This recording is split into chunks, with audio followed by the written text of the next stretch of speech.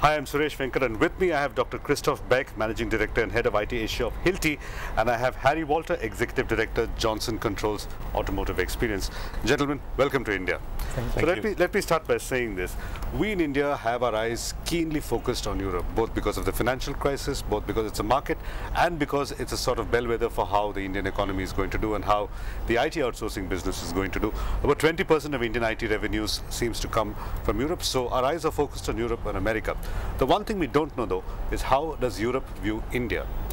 I've for long held this that when you do business with India, India should get, and they do India-China comparisons, I've always held that India should get what I call a democracy premium, because we're choosing to run a country democratically and it's not the easiest of things to do. This is the Indian view of how India should be viewed, but what I would like from you is how Europe views India. So let me ask you some questions. Dr. Baeck, you do business in Malaysia but not in India. What guided the decision to go to Malaysia but not to come to India? Basically, the decisions why we are in Malaysia are simply because of time zones and time zone differences to our headquarter location in Liechtenstein. Okay.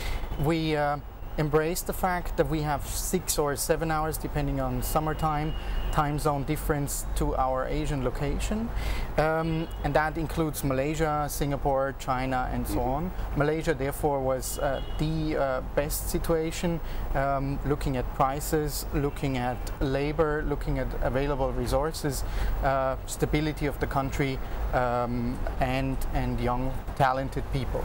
However, if the time zone difference would not exist, also India would have been in that. The time zone is not something we can do anything about. It's the way the sun rises and sets. That's the pity, yes. If we could do something, we would.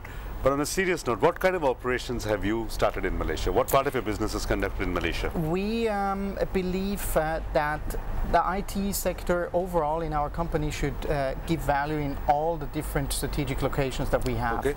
And we have overall 3, one in Malaysia, one in Liechtenstein in Europe, and the other one in Tulsa, Oklahoma in the United States. That allows us to follow the sun and to cover all time zones. So that was the kind of decision.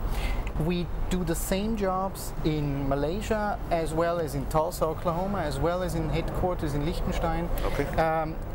That means we are not only outsourcing support or infrastructure topics or run services, but also development, project management, and so on. Right. Harry Walter of Johnson Controls, your view of India. Are you here in India to look for business, to look for investments, to look for targets? To be very honest, we have already started business with India and India as a Johnson Controls. So we have a long history as well. So we are maintaining very long and successful partnerships with, I guess I can name TCS, L&T, Wipro, so all the big players, let's say, in the market.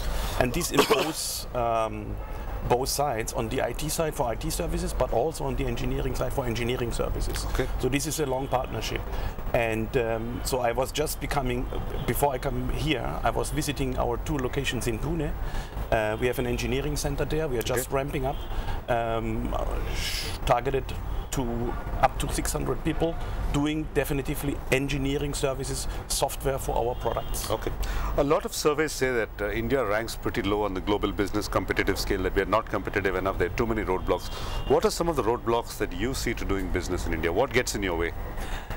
I think, you know, India is viewed from the outside world and from Germany in particular as kind of, you know, not with a very powerful and reliable infrastructure. So I think this is kind of the perception, and you know, my personal view has changed a little bit in the meantime, because I had the opportunity to come here and to work with the Indian colleagues and of course ramping up even some sites in our company, and you can get the infrastructure as you have it almost in Europe. So I guess this is not a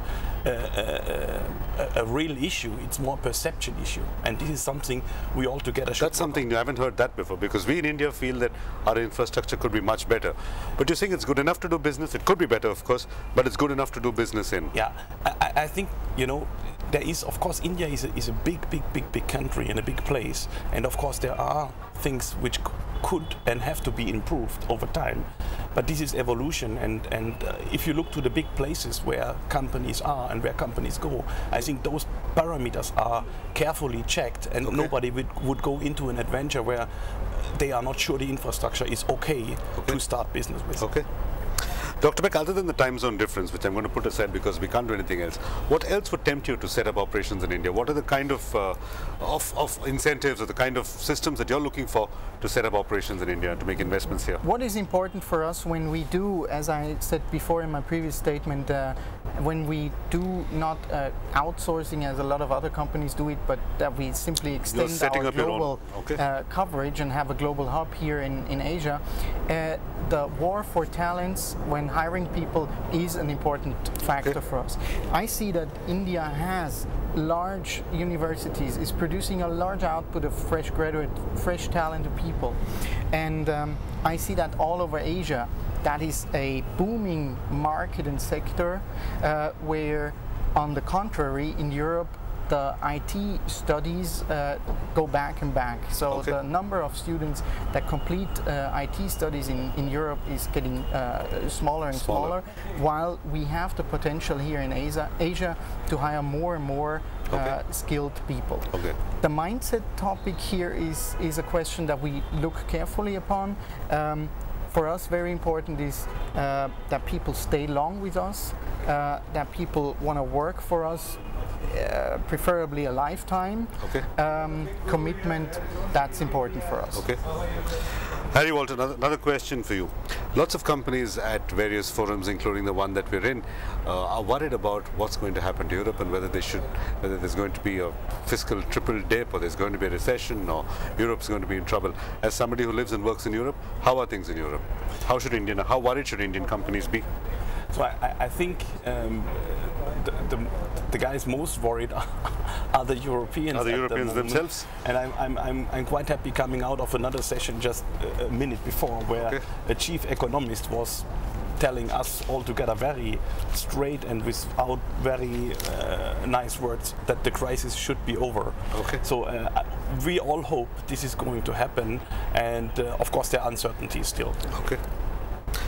All right, gentlemen, Dr. Christopher Baeck, Harry Walter, thank you for talking to us at the Nasscom ILF.